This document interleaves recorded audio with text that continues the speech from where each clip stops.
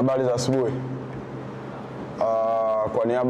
Kwa niaba ya wachezaji naweza kusema kwamba tuko katika maandalizi mazuri na tumefanya maandalizi mazuri, na hii leo jioni tunaenda kumalizia maandalizi yetu. Itakuwa tumefikisha 100% kuelekea katika mchezo huu. Kila mchezaji yuko vizuri na tuko vizuri kuelekea katika mchezo huu. Tuna imani kwamba kutokana na upiganaji wetu na kitu tulichokionyesha katika mechi zilizopita, basi tunaenda kufanya vizuri katika mchezo huu.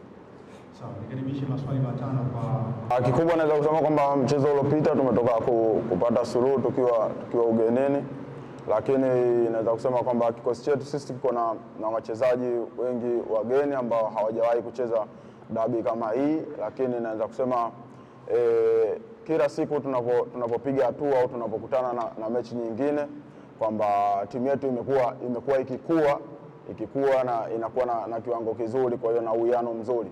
Kwa hiyo na imani kwamba mpaka kufikia hii leo napozungumza hapa tuko katika asilimia nzuri kuelekea katika mchezo huu. Na zimepita dabi nyingi, na naweza kusema dabi nyingi ambazo zimepita nyuma tumeweza kupoteza, lakini naweza kusema kwamba imebaki kuwa historia, na sisi kesho tuna nafasi kubwa ya kuweza kufanya vizuri.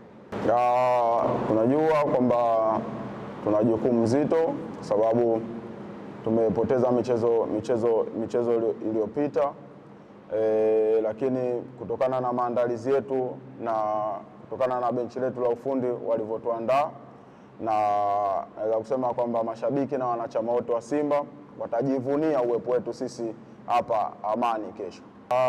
Tunajua na sisi malengo makubwa ambayo tuko nayo katika msimu huu, mwisho wa msimu huu kuweza kuwa machampioni wa ligi hii. Kwa hiyo naweza kusema kwamba tunajua tuko na gap kubwa la point, na sisi tunaingia katika mchezo huu ambao tunaenda kucheza kwa ajili ya kuweza kupunguza point, kama mwalimu alivyotangulia kusema kwamba tupo hapa na misheni yetu kwa ajili ya kuweza kupunguza point, kuweza kuangalia mpaka mwisho wa msimu tunakaribia yale malengo ambayo tumejiwekea.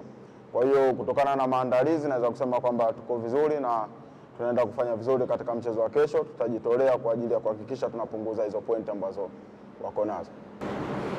Cha kwanza naweza kusema kwamba naomba mashabiki wa Simba na wanachama wote wa Simba waliokuwa visiwani hapa na watakaokuwa wanatoka sehemu mbalimbali waweze kujitokeza kwa wingi kuweza kuja kutupa support, kwa sababu tunaamini ujio wao kwa wingi katika mchezo wa kesho utatupa sisi nguvu zaidi, na tunaamini kwamba wao ni wachezaji wa 12.